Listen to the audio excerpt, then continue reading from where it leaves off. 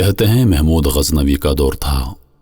ایک شخص کی طبیعت ناساز ہو گئی تو طبیب کے پاس گیا اور کہا، مجھے دوائی بنا کر دے دو۔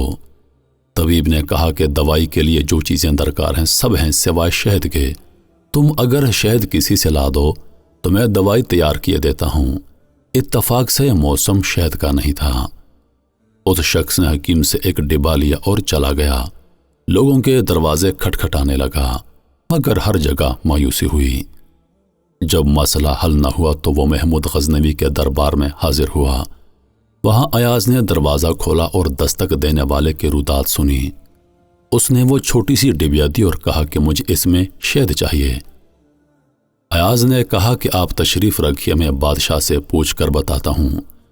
ایاز وہ ڈبیا لے کر بادشاہ کے سامنے حاضر ہوا اور عرض کی، بادشاہ سلامت، ایک سائل کو شہد کی ضرورت ہے۔ بادشاہ نے ڈبیا لی اور سائیڈ پر رکھ دی اور ایاز کو کہا، 3 بڑے ڈبے شہد کے اٹھا کر اس کو دے دیے جائیں۔ ایاز نے کہا، حضور اس کو تھوڑی سی چاہیے، آپ 3 ڈبے کیوں دے رہے ہیں؟